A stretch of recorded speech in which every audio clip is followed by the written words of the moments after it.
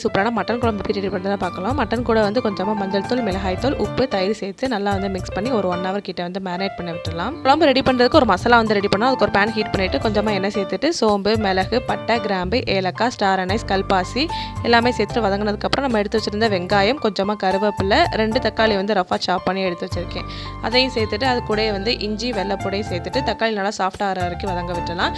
இது ஒரு மிக்ஸி ஜாரில் ட்ரான்ஸ்ஃபர் பண்ணி நல்லா ஃபைன் பேஸ்ட்டாக அரைச்சி எடுத்து வச்சுக்கணும். அரைச்சி விடுறதுக்கு ஒரு குக்கரில் எண்ணெய் சேர்த்துட்டு கொஞ்சமாக சோம்பு, 2 கிராம்பு, கல்பாசி, எடுத்து வச்சிருக்க வெங்காயம், இஞ்சி பூண்டு தட்டி சேர்த்துட்டு கொஞ்சமாக கருவேப்பிலை, மல்லிச்செடி சேர்த்து வதங்கினதுக்கப்புறம் நம்ம எடுத்து வச்சிருக்க மட்டனே வந்து அப்படியே தயிரோட சேர்த்துக்கணும். நல்லா மிக்ஸ் பண்ணிவிட்டு மட்டன் தனி பீஸாக தண்ணி பிரிஞ்சு வந்ததுக்கப்புறம் 3 ஸ்பூன் அளவுக்கு வந்து குழம்பு மிளகாய் தூள் வந்து ஆட் பண்ணிக்கிறேன்.